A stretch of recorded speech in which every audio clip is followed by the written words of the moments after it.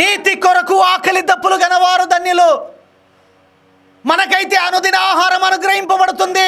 మీరు వాగ్దానములను పొందుకొని ఆశీర్వాదములను పొందుకొని మీరు ఈ లోకంలో జీవిస్తారు అని అనేకుల చేత బోధింపబడుతున్నాం. యేసుక్రీస్తు అయితే నిక్కచ్చిగా నిర్మోహమాటంగా చెప్పుచున్నాడు, ఆకలి దప్పులు మీరు సహించవలసినదే, నా నిమిత్తం మీరు దుఃఖపడవలసినదే, ఆత్మ విషయంలో దీనులు అవ్వవలసినదే, ఎటువంటి వేరే చాయిస్ లేదు.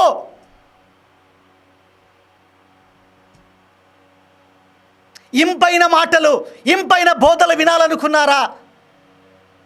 లేదా యేసు చెప్పినటువంటి ఆ స్వరమును మీరు వినాలనుకున్నారా? ఈరోజు ఎంతోమంది భ్రమపడుతూ ఉన్నారు, భ్రమింపజేస్తూ ఉన్నారు, లౌకిక ఆశీర్వాదాలే దేవుని ఆశీర్వాదాలు అని. క్రీస్తు చెప్పుచూ ఉన్నాడు, ఆకలి